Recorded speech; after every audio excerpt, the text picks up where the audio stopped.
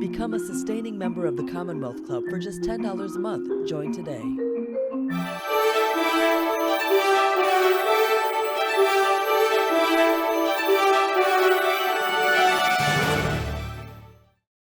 Good afternoon, everyone, and welcome to the Commonwealth Club. My name is Vikram Iyer. I'm a former Obama White House senior policy advisor, and currently I have several colleagues who are working around the clock on the abortion crisis in this country over at the ACLU. But I am here today exclusively in a personal capacity as a member of the Commonwealth Club's Inforum Board, and I could not be more honored to be here today with reproductive rights legal historian, Mary Ziegler.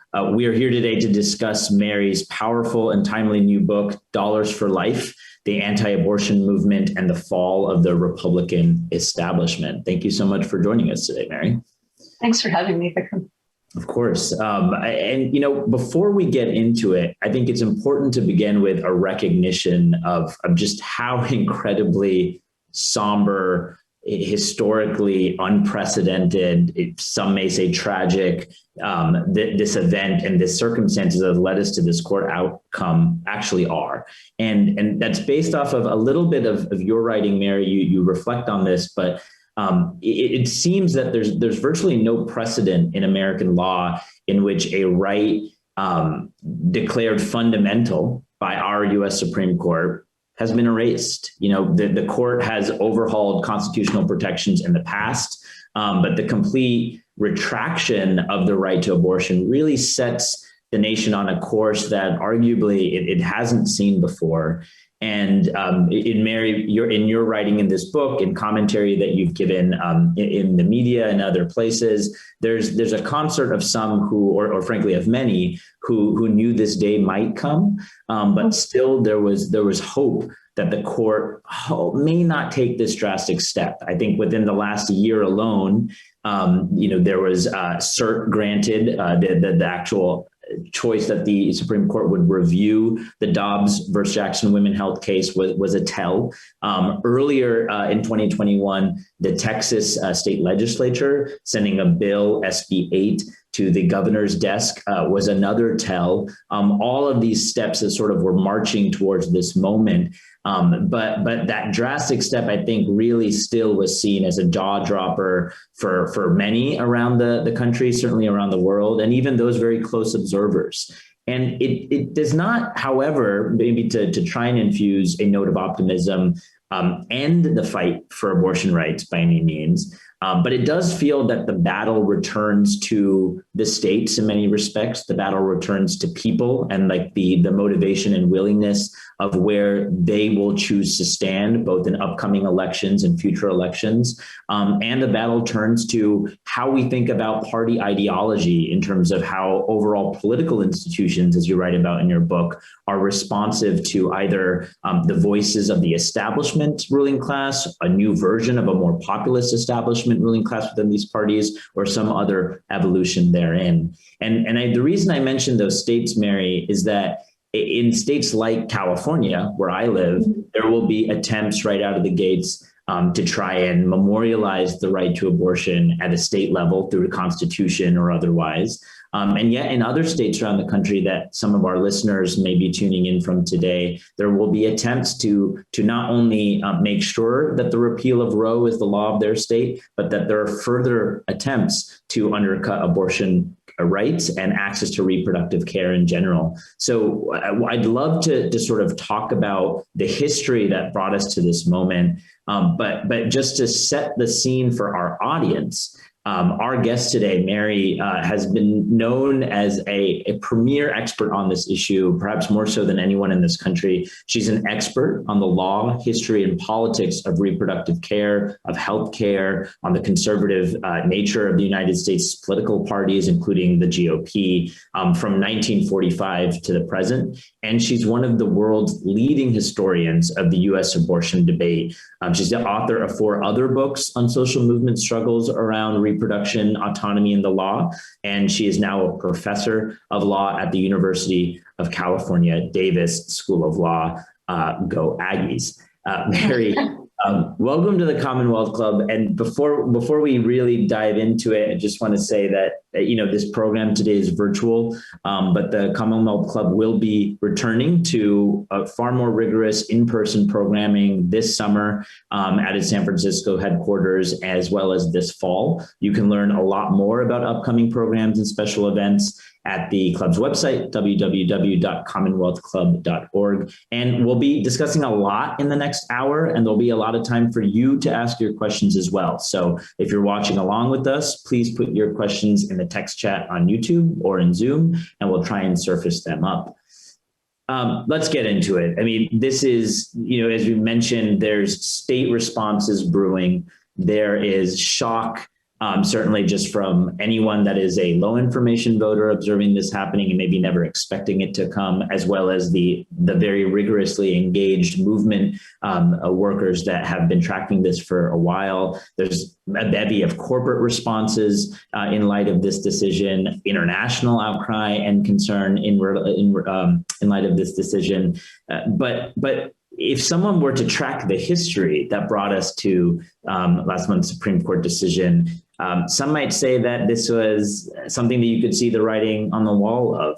Some might say that if you point to observations in your own book, but also just the context of the political moment that bring us across the last few decades, even, that there's a clear explanation here. And so I was just wondering if you could talk us through your reaction to the moment through the lens of what you saw as the political ingredients to the movement that brought us to this very day.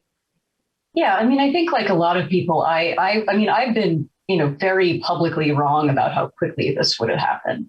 I think I wrote multiple op-eds in the New York Times saying, there's no way the Supreme Court will overrule Roe in one fell swoop as soon as its partisan composition changes. I thought at the time I wrote that was just too damaging to the court's legitimacy. And some of the groups I've studied on the anti-abortion side, I think agreed with me, right? There were briefs even in Dobbs, even after the court agreed to hear this case, even after the court had a conservative supermajority, there were still anti-abortion briefs that were hedging, because I think there was a belief that it can't possibly be this soon, because that could potentially damage the court's reputation. So I think when the moment came, I was no longer surprised, because I had listened to the oral argument. And for insiders, there were it was almost impossible to believe after the oral argument that the court would save abortion rights. But I think it still felt kind of dizzying and surreal, simply because not because the court had done this, but because I think of the way the court had done this. Some listeners probably know that there was a leaked opinion in this case in May. There were, of course, unsurprisingly, lots of criticisms of that opinion from friend and foe of its reasoning. It was stunning that the leak happened, but it was even more stunning to me that the final draft really didn't differ much from the leaked draft. This was a case where Justice Alito and the majority essentially thought they got it right, and that critics' views were not really worth addressing, even though they obviously had the opportunity to do that. Again, I think the fact that there was this much of a hurry to do this when the court had the votes clearly to go more slowly, maybe do some damage control. The fact that the justices didn't avail themselves of those opportunities surprised me. And of course, the fact that the court undid a constitutional right is not something I've lived through. I don't know if it's something anybody's lived through. I mean, you can come up with sort of analogs. The Supreme Court has said that there was, for example, like a right to work in the 19 teens, but that wasn't really viewed by the people who held the right as fundamental. That was usually something employers were using to get rid of, minimum wage laws or maximum hour laws. And the Supreme Court at one point said, the death penalty is unconstitutional, and then states tinkered with their death penalty laws, and the court reinstituted the death penalty. But something like this, where people experience something as a right, and it's probably worth emphasizing, this was the best known, most recognized Supreme Court opinion. So this is not just simply a right people view as fundamental. This is a right that everybody has heard of, right? Even people who don't agree with Roe know what it is. So it's still, I think I'm still sort of struggling to make sense of it emotionally, even though historically, I mean, it's pretty, 4 books in, I should be prepared that this could have happened and was in that sense. Yeah, and we often think of the courts as sometimes modifying rights, sometimes expanding rights, the protection for racial discrimination in public schools in 1954, contraception use in 1965, marriage equality in 2015. It might not be a surprise that when we think of the protection of rights, we think of the courts. And sometimes the imagery in the American imagination of even a Supreme Court justice's confirmation hearings is often ripe with a decree from each prospective justice that they will view each case independently and separately on the facts and not try and come in with a preconceived notion. And yet, despite those kind of elements of how we view the courts in the heart of the American imagination about, our three branches of government, it's almost always that the Supreme Court has not acted in a vacuum. Right. You see that the decision that we attribute to the courts, whether we think it's a good decision or a bad decision, have come in the middle of a broader social movement, some sort of mobilization, strategies that have unfolded in the legislatures, in the streets. And so there would never have been, even in the 1970s or 1973, a Roe v. Wade without the women's movement and the broader abortion rights movement. And you've written about that, that to help fuel it to that outcome. But it's not as though that those movements have gone away. And yet we have the decision that we have. I was wondering if you could just reflect a little bit about what you think is the kind of ingredients of the social moment, the political moment that may have given light to this type of outcome, despite that there's always been a little bit of a mix of those that are pro-choice and pro-life that have been out there in these streets. And yet we get such a gargantuan toppling of Roe as we know it, given this current context. What's informing that really from a movement perspective?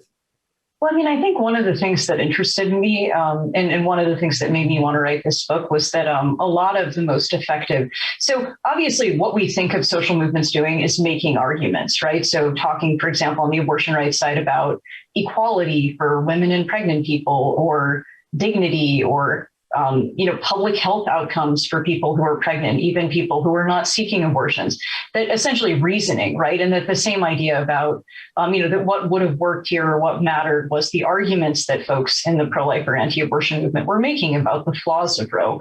And I think I'm not trying to say that arguments and reasoning don't matter, but I think increasingly what I learned in studying, the anti-abortion movement from the inside, right, looking at the papers of people in the movement, talking to people in the movement, a lot of it had to do with how our institutions function in democracy, right? How the Republican Party operates, how money in politics works, how the Supreme Court justices view popular opinion and the questions of legitimacy of the court, that all of those things needed to change. Because essentially, while the arguments that the court makes in the Dobbs opinion are often directly borrowed from pro-life or anti-abortion groups. Sometimes they're literally our opinion, like draft opinions overruling Roe v. Wade, written by, anti-abortion lawyers and academics. And this opinion echoes a lot of those arguments, but that's not really what changed, because many of those arguments have been available since the 70s, if not before. So if you're asking yourself what had to change now, obviously luck is an element of it. I don't want to overstate or make it seem as if this was inevitable. It wasn't, right? You could imagine a different outcome if Donald Trump had lost the Electoral College as well as the popular vote, or if Ruth Bader Ginsburg had retired during the Obama administration, we wouldn't be here. So there was nothing inevitable about that. But to the extent there were strategies that really made a difference, they were kind of about changing the rules of the game, not the arguments that were being made. And I wanted to write about that, I think, in part because obviously it's crucial to the future of abortion in America, but it's also just crucial to the future of America, full stop, right? If our democracy is being changed to advance these arguments about Roe v. Wade, that will have fallout well beyond the abortion debate. And that premise that the institutions might be changing, that democratic outcomes might be changing, you attack at or come at from a few different perspectives in your book that I'd love to dig into. I know campaign finance law is a part of that, and we'll get to that in a moment, but I'm fascinated by your analysis of what you describe as sort of the gutting of the establishment within the Republican Party. Sometimes when we think of just democracy on full display now and sort of how quickly the whims of the party can go to what is politically convenient, folks may not need to look much further than January 6th commission hearings that are fanning the flames in prime time around what happened on that famed day or that notorious day, and then where party leadership is adjusting to and their position on it based off of where they think party leadership is inside the heart of the party, i.e. Donald Trump. But if we were to go much deeper and more nuance into your analysis of where the party is now beyond just macro signals of the former president or what happened on one lone day, you really take a look at different anxieties that have fueled Republican narratives, as well as different threads of culture, of religion, of populism. And specifically, you write in your book that to begin with, the GOP had long courted the kind of voters whose loyalty Trump later captured. For decades, Republican had fueled whites' anxieties about immigration, about demographic change, Christian nationalism, and some evangelical Protestants' investments in like a masculine populism. All of those attributes didn't really begin with Trump. But once he was in office, however, you write, Republican politicians had effectively managed these forces. GOP voters had fallen in love with populists before, but the establishment had always found a way to sideline them. I was wondering if you can reflect on this a bit for us, that this transition within the Republican Party from an establishment institution to sort of being chipped away at by these kind of other threads of populist influence, and where that started from and what that means maybe in a more modern context. Yeah, I mean, probably the most sort of powerful or chilling story as I was writing the book was the story of Pat Buchanan. As a child, I had no idea Pat Buchanan was as popular as he was with the GOP base. Buchanan was, I think, for many Americans like Donald Trump, was good TV. He would go to rallies, he would wave a pitchfork, he would make fun of his primary opponents. He won many of the early primaries. But then there came a point when kind of traditional Republican leaders, so there's always the question of who's the establishment and who's not, but there was a group of kind of perennial donors, committeemen, people who had always been power brokers in the GOP, whose primary goal really was to win. Most of them were had financial interests that they were protecting, and they were not excited about someone like Pat Buchanan, not necessarily because they disapproved of his policies, but because they thought that he was too risky a bet for a general election. So the more ascendant Buchanan became, the more the party essentially used money to make him go away, right? One of the Koch brothers was Bob Dole, who was Buchanan's primary opponent, his campaign vice chairman. Dole was tapping into tremendous amounts of money, soft money and other kinds of money from everybody from, the people who make Gallo wines to Nabisco cookies to tobacco.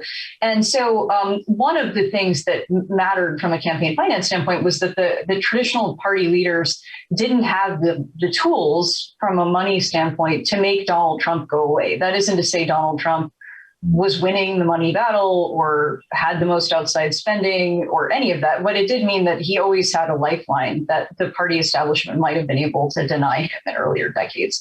But populism in the GOP obviously is not just about campaign finance. It's pretty clear when you study it. The rise of conservative media and conservative social media has been profoundly important, right? I think in part, historically, the kinds of not necessarily centrist, but electability-oriented Republicans had traditionally had better relationships with the legacy media, which had given them more of a platform to make their arguments. With the advent of first conservative talk radio in the 90s, and then other forms, Fox News being started in 1996 and other networks like OAN and Newsmax starting a little bit later, the calculus changed entirely. So the more ideologically pure or populist a politician was, often the more airtime the person got on conservative media.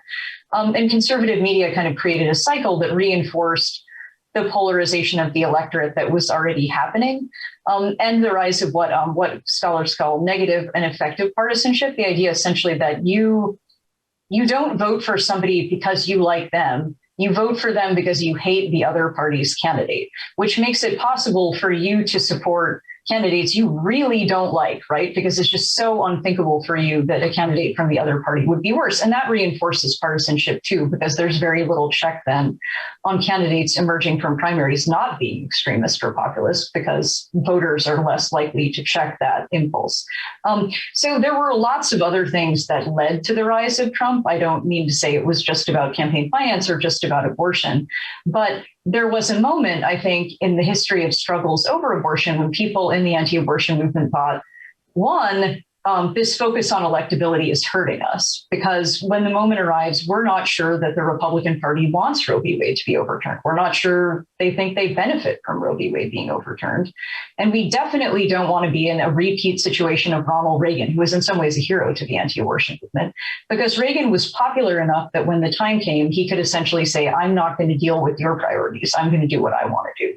They wanted as someone who was weak enough in a party that was beholden enough to conservative movements that the party would not just see through the reversal of Roe, but go beyond that. Because, of course, the anti-abortion movement's goal is not the reversal of Roe. That's part of it. It's, a ban on abortion, the recognition of fetal personhood that would mean abortion would be illegal in California as much as it is in Alabama. So it was really striking to me that it became crucial to the movement to change how the GOP did business, to change and essentially to kind of dismantle some of the traditional power structures in the party that had made it hard for anti-abortion groups to break through or call the shots in the ways they wanted to. And, the other, there's certainly a lot there. And I think from each of those threads, it feels like there's this constellation of different forces that result in kind of the modern contours of the party. Would you say, though, or in the book, as you analyze kind of the gutting of the GOP establishment, as it were, do you feel like it was that is something to take note of within the party politics in terms of how we kind of get the conservatism that we have now? Or do you feel that following that through line between all those different forces shaping and reshaping the party ultimately did give us the moment of kind of giving life to the anti-abortion movement? Yeah, I mean, they're all of the factors are important. I think what I was writing against in part was a narrative, and you'll hear this a lot, right? I mean, one thing that always strikes me, people will say, we're having a keynote panel on abortion. Is it okay if any men speak, right? And they're not talking about trans men, like cisgender men, because this is a women's issue. That's usually the argument. And I think the more I wrote, the more I realized that the effort to get rid of Roe v. Wade it was a democracy issue too. I'm not trying to say it's not an issue for people who can get pregnant. Obviously, we're already seeing things happening in states that make clear that that isn't true. But there was a clear sense among the people I've studied, and it's worth saying, I will say, the people who are the kind of at the heart of this book have read the book and have told me they think they like it, right? I mean, that's another thing that's striking. This is not being viewed by people in the anti-abortion movement as like a hit job, right? They will say, this is what we think. And so there was a clear, I think, sense that from their point of view, the abortion battle is like the human rights struggle of our era. And if the democracy needs to change or even change to the point where it's unrecognizable, so be it. That's worth the price, I think. And so I wanted to I think that's kind of the main story in terms of how the GOP is changing, that this is something that has consequences for the rest of democracy, and it doesn't help us to think of abortion or even other reproductive issues as something that happen, that don't concern us unless we fit a particular demographic profile. That's a very good point, because if that's the framework behind which anyone sees this issue as a human rights issue, particularly on the anti-abortion side, movement side, the other really important thread in your book that you examine deeply and quite creatively is how campaign finance laws, to your earlier point about restructuring elements of democratic processes, investment and outcome as we know it, how that ended up being a key strategy of right-to-lifers that are out there. And you write in your book that by the mid-2000s, conservative attorneys and movements sometimes took the lead from the right to life world, sometimes took the lead in major campaign finance cases and pursued a different tactical plan than those favored by the right to life litigators. But even when other conservative movements dictated strategy, right to lifers understood more than enough about what changed campaign finance rules could mean for the Republican Party. arguably giving them their movement more of a chance to take away power from the GOP establishment and allowing them to push and advance what they, as you articulated, believe is a human rights issue. Curious if you could, and you do this incredible job of unpacking this in the book, but if you could reflect a little bit about that sort of convergence of critical campaign finance law reforms and where the kind of pro-life movement or anti-abortion movement showed up in that and how it sort of led us to this current moment today. Yeah, I mean, it's kind of counterintuitive, right? Because if you think who would have the most skin in the game with defeating campaign finance reform, you would think of people with the most money, right? Which is usually not anti-abortion groups. Now, again, anti-abortion groups sometimes have a lot of money, right? The Susan B. Anthony list, for example, has tens of millions of dollars in its budget. But, that's a drop in the bucket compared to some other groups like, the Koch-backed Americans for Prosperity. So why this happened in large part was Planned Parenthood versus Casey, which was when the court had an opportunity to reverse Roe, had a conservative supermajority in 1992 and demurred, right? Didn't do it. And in the fallout from this, some anti-abortion leaders thought, the problem here is that we don't have enough influence over the GOP. The GOP will nominate the people who are the easiest to confirm, who tend to be either centrists or people with no paper trail. And those are not the people who will reliably pull the trigger when the time comes to get rid of Roe. And this strategy to gain more influence in the GOP, in part involved money, right? So there was an argument that if the movement mastered the rules of campaign finance, that would mean the election of more Republicans. It would mean more influence over sitting Republicans. It would mean proving the worth of the anti-abortion movement to a Republican Party that was doubting it at the time, essentially saying, even if you're not sure being pro-life or anti-abortion is good politics, we will help you master the rules of super PACs and nonprofits. We'll prove our worth that way. And so initially that was kind of the mission. And over time, there were lawyers in the movement, Jim Bopp of National Right to Life Committee being key, who began to oppose literally any campaign finance regulation. There were efforts to deregulate campaign contributions, campaign expenditures, to eliminate disclosure rules, fuel the spread of dark money. There was a belief that disclosure in particular was key because donors in progressive states like California who might want to give to the anti-abortion movement would be afraid to do that if they thought their names would become public. And there was also, I think, as you mentioned, Vikram, a lot of strategic opportunism, the movement recognizing that at times, even when its plans didn't work, right? So Citizens United, which many of you have heard of, for the anti-abortion movement was supposed to be a dark money case. That's what they wanted to have happen. They wanted the court to say, whatever, this corporate money stuff, one way or another, that's not what's important here. What's important is that you don't need to disclose who's spending money on political ads. And that, of course, backfired. But as soon as Citizens United came down, people in the anti-abortion movement rallied, as Vikram described, and said essentially, this can change the balance of power in the GOP because Citizens United, as many of you know, allowed for unlimited independent expenditures by corporations. We would think that those corporations would be maybe businesses or for-profit corporations. In practice, it turned out very quickly to be ideological corporations and nonprofits as well. And so that was a big stream of money, the anti-abortion movement recognized, that the GOP establishment could certainly participate in. The GOP establishment could have its own super PACs and nonprofits, but it couldn't control them in the same way. It couldn't pull the strings in the same way. And so the anti-abortion movement looked at the post-Citizens United world and said, this is a world where we can destabilize the status quo in the GOP, and we can maybe create a scenario where we are pulling the strings more than the traditional party leadership is. And maybe that's a world where Roe v. Wade can go. And, you've written this, not in the book, but in a recent piece for the New York Times about how this outcome really creates a tectonic shift for American democracy writ large. And I think in this conversation today, as you've spoken about evolutions from kind of more establishment conservatism to populist ones, to campaign finance elements, to the fact that this fight is not over just because of the Dobbs decision, a lot of us listening into this conversation can hear how this changes the tune of democratic process and outcomes in a major way.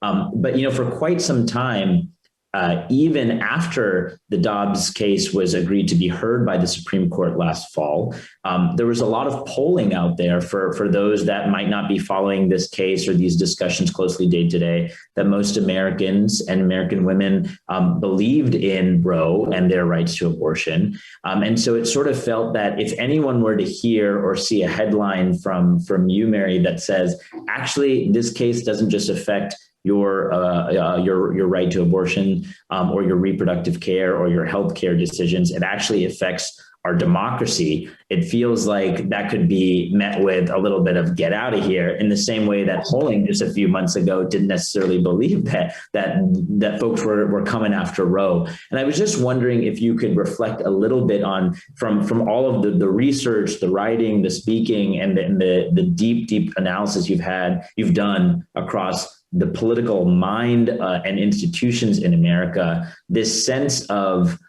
this is not coming, or we've heard kind of like a boy crying wolf that this might be gutted away before, has sometimes been described as resulting in an apathy from a movement perspective.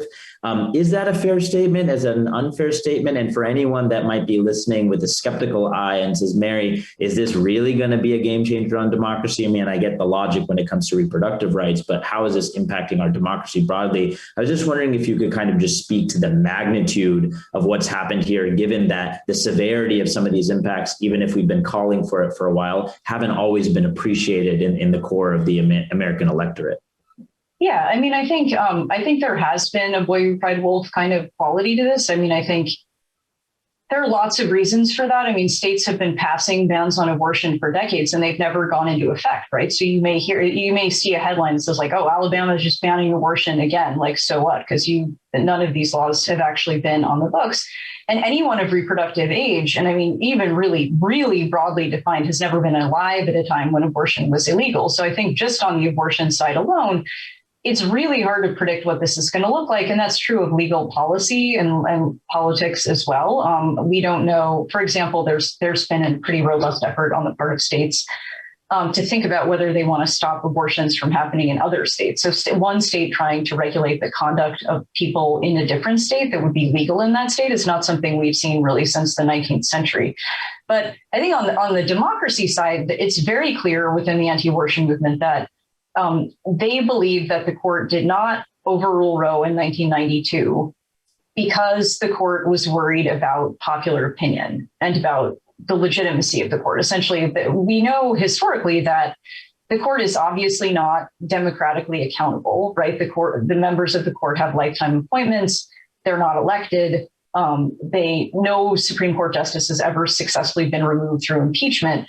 And yet, historically, there was a sense in which democratic constraints, right? What people thought had something to do with the court's behavior, right? That the court would be less likely to do things that would produce a major backlash, that would either produce disobedience of the court or even some sort of formal sanction from Congress. And I think that was why many of us believed the court wouldn't overrule Roe or wouldn't overrule Roe quickly, because that had been the practice for decades. And I think there was a deliberate effort on the part of the anti-abortion movement to get a different kind of justice. That's to say, not a conservative justice, not a justice who thought Roe was wrongly decided, because that's been around since the 80s, but justices who were unconcerned about these kind of legitimacy constraints that we had seen operating in the 80s and 90s and beyond. And that's one democracy consideration, right? A court that would overturn the best known Supreme Court decision, despite polling suggesting that that's unpopular, is a court that will do who knows what on other issues, including access to the vote, including who gets to appoint electors for presidential elections.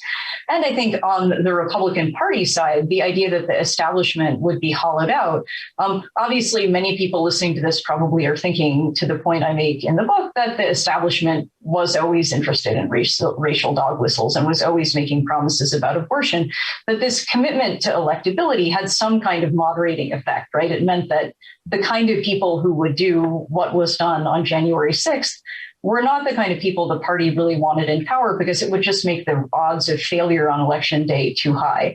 The kind of erasure of those people and their replacement with populists, I think, makes possible some of what we saw on January 6th, right? There isn't, if the emphasis on electability is a selfish one about clinging to power, it's still one that tended to moderate the impulses of people who had no interest in the democracy altogether. And I think the sidelining of a lot of those people, if not all of those people, is a dangerous thing for the democracy too. So the struggles had kind of, I think, dual effects on the democracy that are worrisome. And that'll continue too. I think there was also some of the people who I think are complacent now are essentially saying, well, the anti-abortion movement won. So this is the dog that caught the car. Anti-abortion voters don't really care about this anymore. And I've even read people saying, now anti-abortion voters will vote for Democrats because it's in their economic self-interest. And all of that is just like a complete, you would never say that if you studied the anti-abortion movement, because I think the goal has always been fetal personhood, and Roe being gone just makes that goal seem a little bit more in reach. It doesn't create complacency on the right. And, it's interesting because as you just reflected on that 1992 Planned Parenthood versus Casey kind of reaction, it felt like the anti-abortion groups expanded their focus, as you just said, in terms of what's the profile of a jurist that could be confirmed at the Supreme Court, to make sure that they were stacking different benches at the state level and obviously all the way up to the federal Supreme Court level in their image. But it feels that, as you just hinted at, that when it comes to what the image of a candidate looks like now, their work is only just begun, right? So in addition to court stacking and influencing outcomes there, as there's been a poll after poll suggesting that for this November, our upcoming midterm elections, on the one hand, it feels like there has been some question as to whether the foregone conclusion that the party in ruling majority at a midterm year, in this case the Democrats,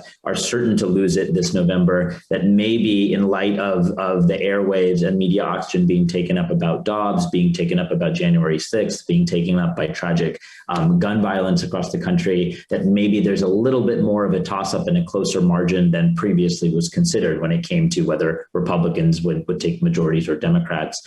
But regardless of what the poll numbers say today versus what they end up materializing on election day in November, there's no doubt that both the Democratic Party and the Republican Party will be spending the next several months either trying to speak to why this moment continues to be in the image of the type of America we want, one without Roe, or why this moment is exactly why people need to show up and demand the type of social movement that for the last 50 years, nearly 70% of women in this country have supported. That is the right to choice. And I'm just curious, if no one has a crystal ball, and I know that you're not a political pundit, but just as you've seen the movement lead us to that moment where the anti-abortion movement had described themselves as needing to take a look at candidate profiles for the court, what do you think is going through the minds of both parties now in terms of candidate profiles for this November? Do you see them trying to put forward faces of folks that are decidedly on one side of that equation or the other? Or is the statewide game now less about politicians and what they look like and what they'll do on this issue, and more about other elements like telemedicine abortion or the right to certain medicines being made? Just kind of curious how you're viewing the landscape between now and November based off of historically how movements have reacted to seminal moments along the way.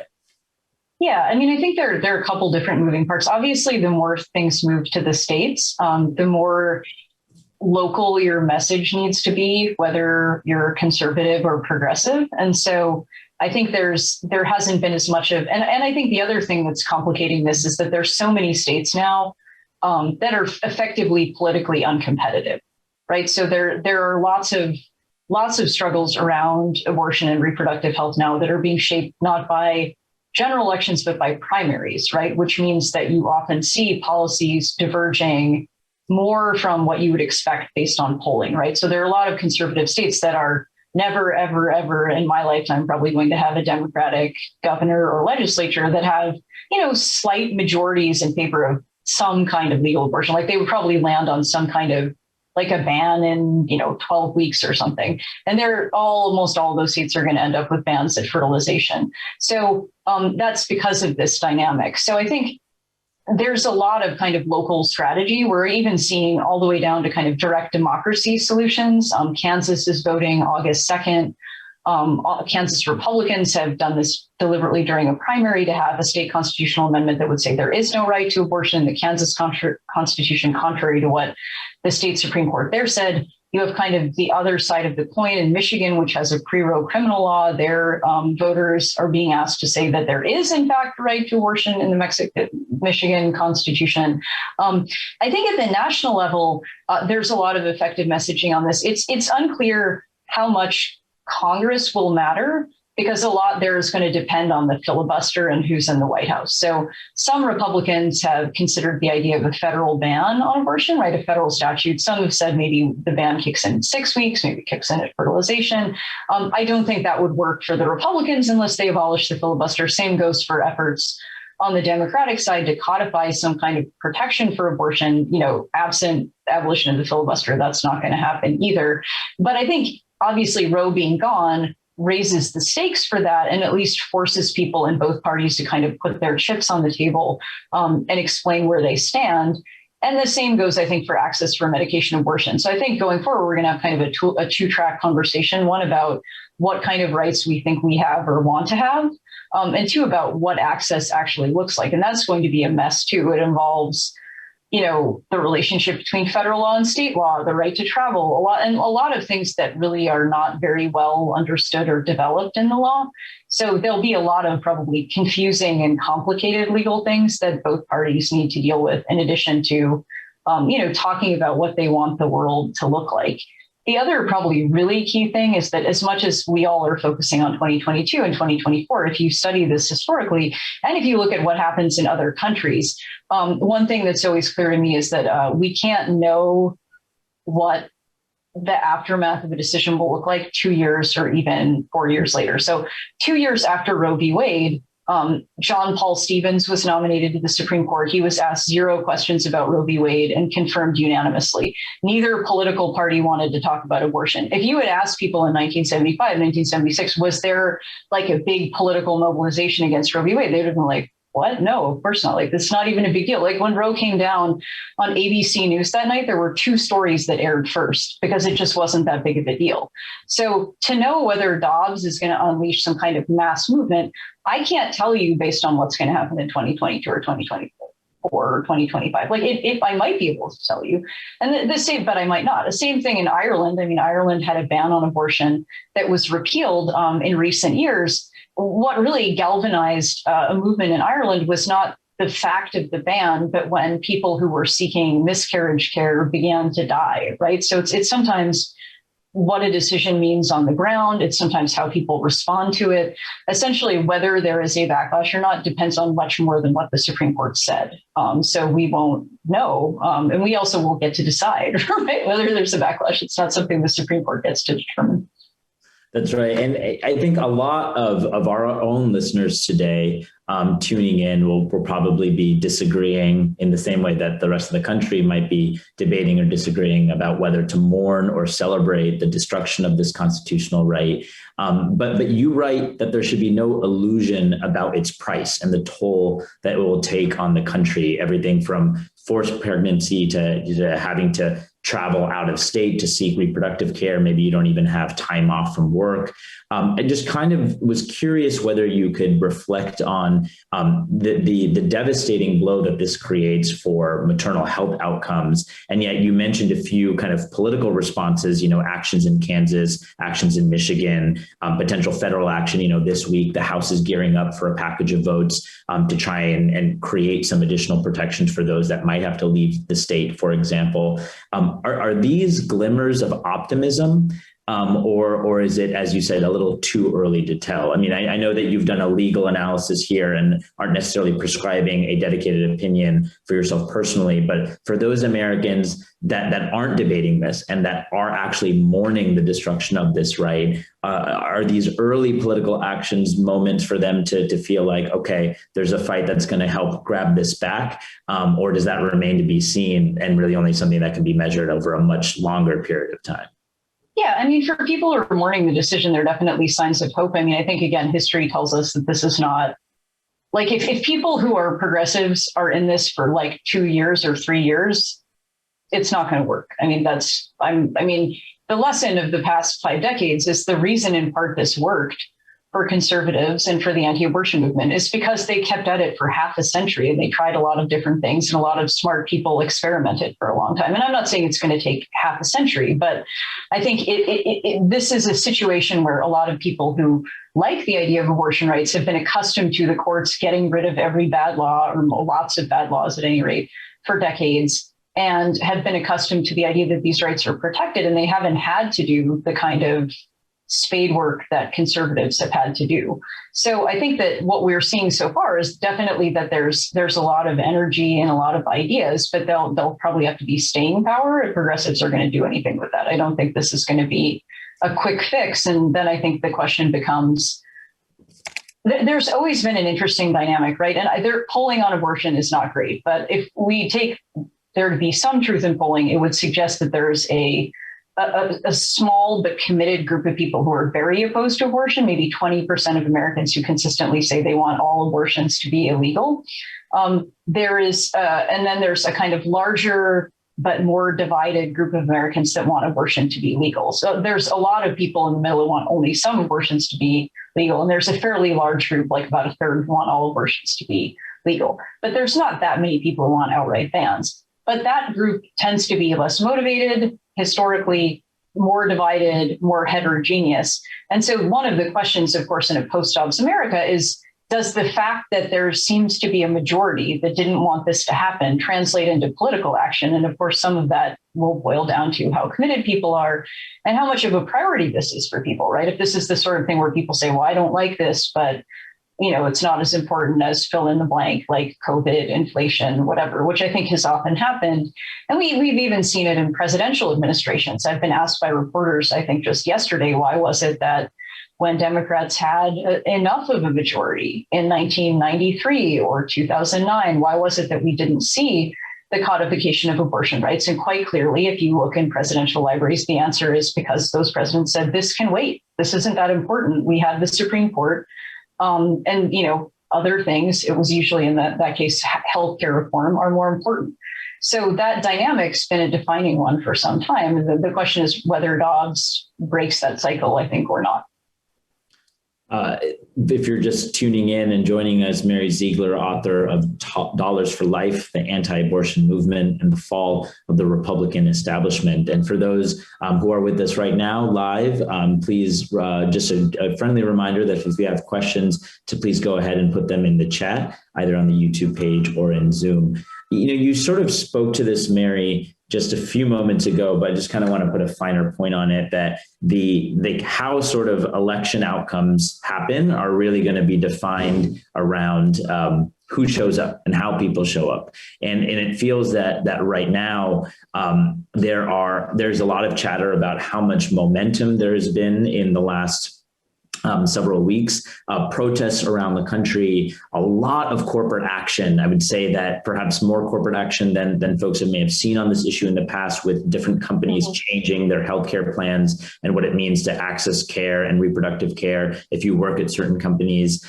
From wall to wall and different corners of American society, this seems top of mind. At the same time, and you just spoke to this, so I want to get at it from the direction of how this is going to stay top of mind in 2024. Part of what was also on the minds of Americans is the economy, is the question of inflation, is the question of gas prices. From your examination in your book about the movement and how so long view that it has to be, and how many varied and creative tactics, whether it's reforming democracies or reforming the makeup of the type of candidate get you even put up for a judicial post. It sounds like this stuff is not going to be easy, and it's going to take some time. And yet, for everyone that probably asks you every day, what does this mean for the midterms? What does this mean in 22 and 24? It really does feel like a question of keeping the American headspace focused on this issue if it's going to remain top of mind in the next few months, knowing, of course, that our attention span quickly shifts and evolves for other things going on. So I would just kind of curious what your view is on the midterms, but more through the lens of, given that the anti-abortion movement has always focused on the long view, and arguably the pro-choice movement it wants to not only focus on the long view now and do the investment for the next several years and decades that it takes, but also has an election right in front of it. What advice or what suggestions or what reflections do you have in making sure that anyone that wants to remedy this at the ballot box this November is able to use all the tools in their toolkit to do so? Yeah, I mean, I think it's important, obviously. You hear President Biden saying vote, which is part of it, but I think where you vote is really important now. If you are in a state that has a law that says something like life begins at fertilization, or Arizona has a personhood law, and you ask me, and I've studied this for a long time, what does that law mean? I, in good faith, can tell you I have no idea, right? So who's going to decide what that law means is going to be local prosecutors and local sheriffs. Who decides whether that law gets repealed is going to be state legislators and the governor. Who decides whether that law is unconstitutional under state law is going to be state Supreme Court judges, who are often sometimes they're elected, sometimes they're subject to merit retention. So this is a moment, if you haven't done it before, whether you care about this issue, really, regardless of what you think, that you should get a lot more informed about and aware of local elections, because a lot of the future of this issue will turn on that. I think direct democracy is something people need to look at too, because there's, I think, a pretty obvious disconnect sometimes between states' partisan preferences and views on abortion, right? That there's some people in America, because of negative and effective partisanship, who are never going to vote for a Democrat, but who may not be excited about the type of abortion legislation coming out of their states. So I think looking into other ways you can translate views in your community into something on the ballot. And that may be more a 2024 type of thing than a 2022 type of thing. And then I think it's actually relatively easy if you're trying to get people in your community to care about this issue, because stuff is happening all the time. It's not as if the Supreme Court decided Dobbs and there's nothing to talk about anymore.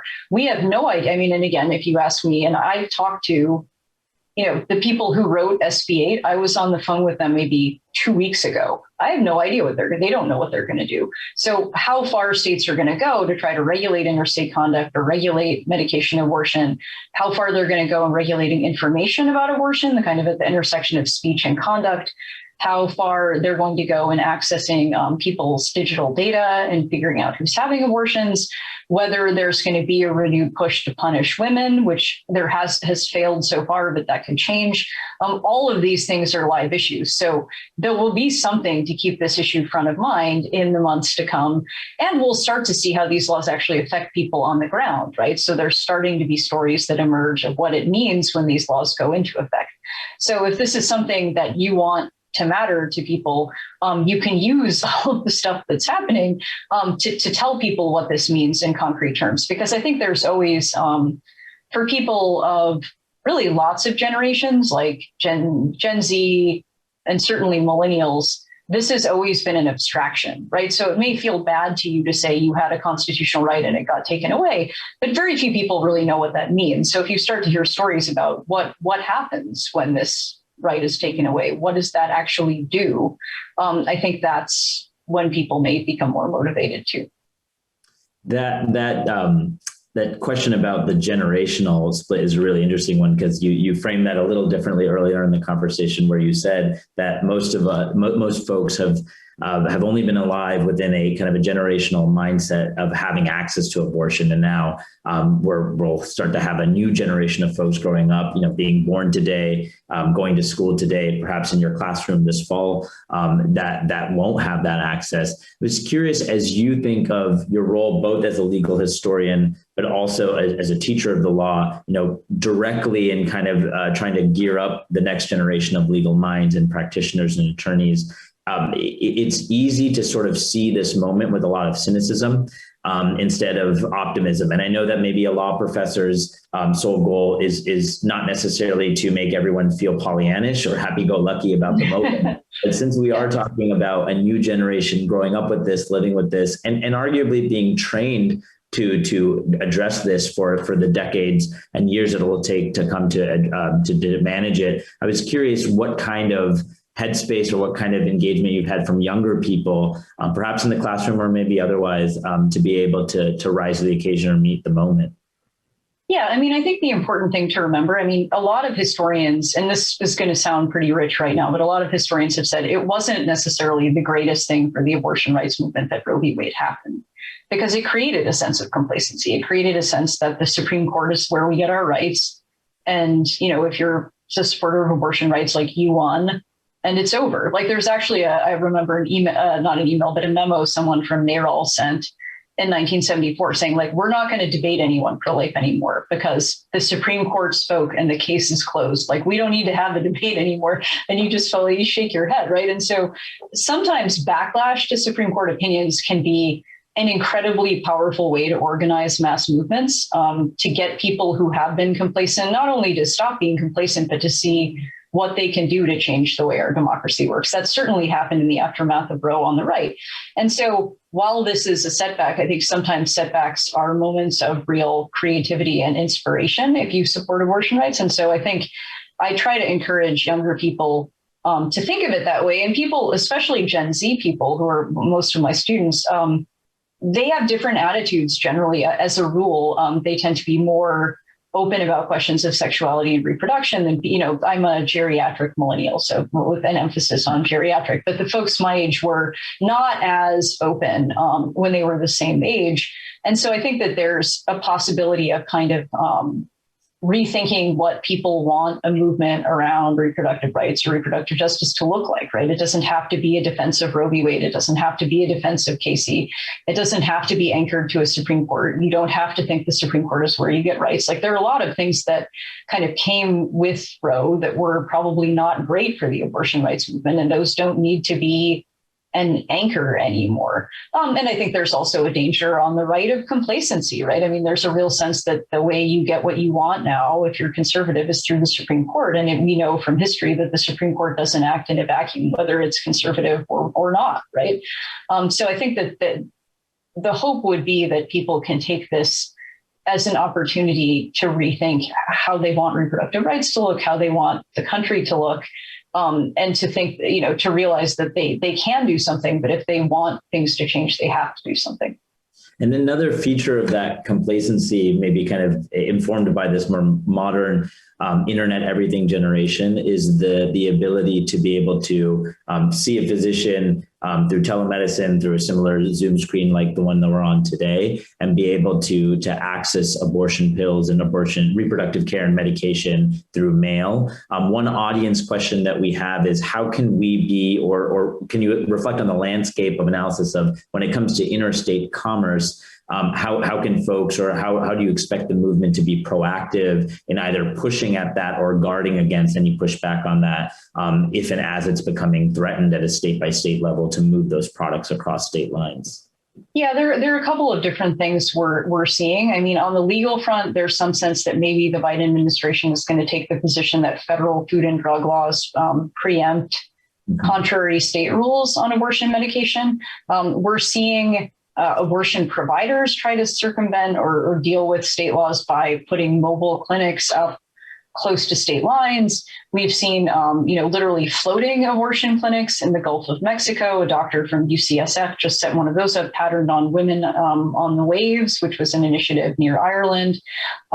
We've seen, businesses offering to reimburse employees for travel out of state.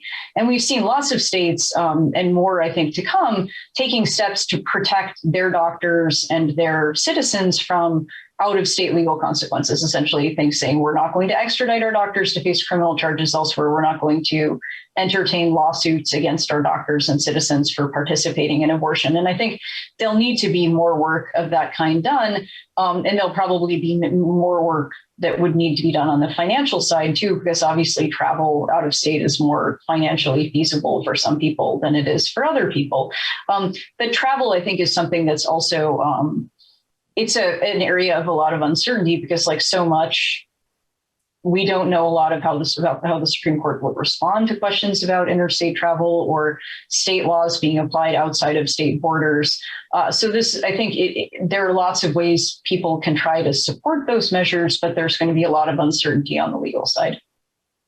That's fair. And I think that we've got a sense of from your conversation today that no matter where this movement actually heads, that as your book describes deeply and thoughtfully, taking a look at how movements evolve are often a really, really good indication of where outcomes are moving. So if we see kind of an odd synergy or alignment between folks in one movement, in the anti-abortion movement, and campaign finance laws and reforms, then arguably using those tactics to try and get the types of candidates and the type of outcomes that we want is probably a likely outcome. Similarly, as we think about your deep analysis about sort of gutting the establishment, as it were, within the GOP and kind of moving into this more populist mindset, it means that maybe folks are less nervous about or concerned about sort of upsetting the apple cart of the establishment for what traditional conservative posturing has been on an issue, and more willing to take brazen approaches and brazen cases to the court. So as we continue to take stock of history in the movement of the anti-abortion side, as well as the evolution of the Republican Party, just kind of in our final minutes here, I was curious if you had any broad reflection of what comes next. I know you have written very poignantly that we're just starting to see what will happen, and a lot of that will be subject to how far states go, as well as how far movements go. But as a legal historian, if you're trying to understand where the hockey puck may slide to next in terms of parties, in terms of movements, in terms of Dobbs, but just the general kind of political institutional evolution that results in major tectonic jurisprudence in this country, where does one look, or where would you encourage other people who are like-minded to start looking so that way they can start taking stock of the evolution of the politics in our country? Well, I mean, I think that hopefully people who weren't paying attention to abortion politics pre-Dobbs understand that it's important now. If you're, someone who can get pregnant or who takes certain kinds of drugs that could be viewed as abortifacients, even if they're not seeking abortion, this could affect you. It's affecting democratic institutions. So, I mean, this is something you should care about. It doesn't mean you have to think Dobbs was wrong, but the kind of attitude of sort of like, hey, this is not my problem. I think that hopefully that attitude will go by the wayside. And then I think, I would hope, I mean, one of the things I've been endlessly frustrated by is that there has never been, in my opinion, enough attention to what actually happens to people who are pregnant, right? To things like maternal mortality or infant mortality, or questions, what folks who are pro-choice would call questions of reproductive justice, but the questions of reproductive justice that in theory, we should all agree on. There should be no one who's like pro-maternal mortality, right? That's not a position you would think anyone would take. And so I would hope too that in a post-Dobbs world, it's going to lay bare how little we do for people who are pregnant. And I would hope that at some point, people who are conservative or progressive would say, if we set the abortion issue aside, which we shouldn't because it's a big deal, but if we set that aside, there are other things we need to do to expand healthcare for these people, to expand people's ability to collect child support, to make it such that people of color in states like Mississippi don't have maternal mortality rates on par with what we see in the developing world. Like that, we should care about. We have not cared about that, but I think the price of not caring about that is about to run even higher than it already has. And so I would hope that as we continue to think about, what we mean by right to abortion, we would also care about what it means to take that right away in a country that doesn't really do a whole lot to care about people who are pregnant or support them, right? And in the meantime, whether that right exists or not, I would hope that there would be more of an ability for people who disagree about this issue to say, okay, taking abortion out of it, we're failing people who are pregnant. Like we've been failing them, and we're continuing to fail them.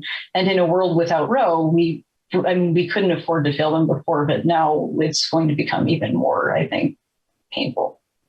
And, within that reflection, there's a very strong note of optimism. The fact that we are in this moment, and it's tragic in every sense of the word, but how far we or people want to show up and push the movement to extract the kinds of outcomes that we want, to make sure that other issues, as Mary just laid out, whether that's from maternal health to pay equity, to paid time off, to other issues that are ancillary to the conversation, but obviously impact the overall scope of how we support reproductive care, families, and family planning are all sort of up for the shaping right now. And so I think that despite the unprecedented and sort of ground shaking outcomes of the Dobbs decision, as well as the evolution of the movement that you detail so thoughtfully in your book, Mary, that right now how people show up will be the difference maker between what we've witnessed so far and what happens next. So thank you so much, Mary Ziegler. Her new book, Dollars for Life, The Anti-Abortion Movement and the Fall of the Republican Establishment, is out now. We want to thank everybody who joined us online for this incredibly important Commonwealth Club program. And we encourage you to check out Mary's new book on the program website that you can find out at commonwealthclub.org. I'm Vikram Iyer. I'm a Commonwealth Club board member, and I just wanted to thank you all for joining today. And for any of you that's eager to see how you can continue to get involved in this issue, please follow Mary's guidance and all of her incredible interviews that she'll be doing in the coming days, reflecting on this book, but also reflecting on where the movement has the possibility to go. Thank you, Mary. Thanks, Vikram. Thanks, everybody.